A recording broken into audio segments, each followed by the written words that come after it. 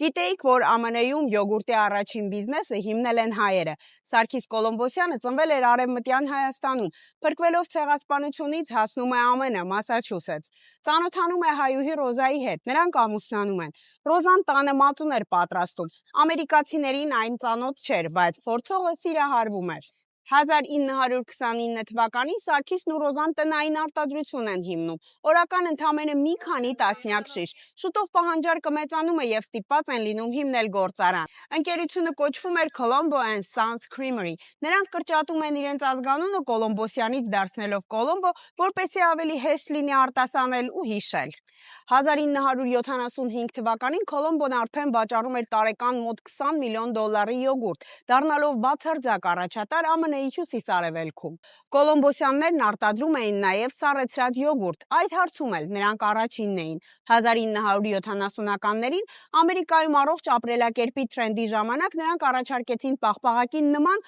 բայց ավելի առողջ այլընտրանք։ Արդյունքում ունեցան մեծ հաջողություն Բոստոնում ու Նյու Յորքում։ Կոլոմբոյի ամենամեծ մրցակիցը Դանոնն էր։ 1977 թվականին ի վերջո այն հաղթում է, եւ Կոլոմբոսյան ընտանիքը վաճառում է իր բիզնեսը։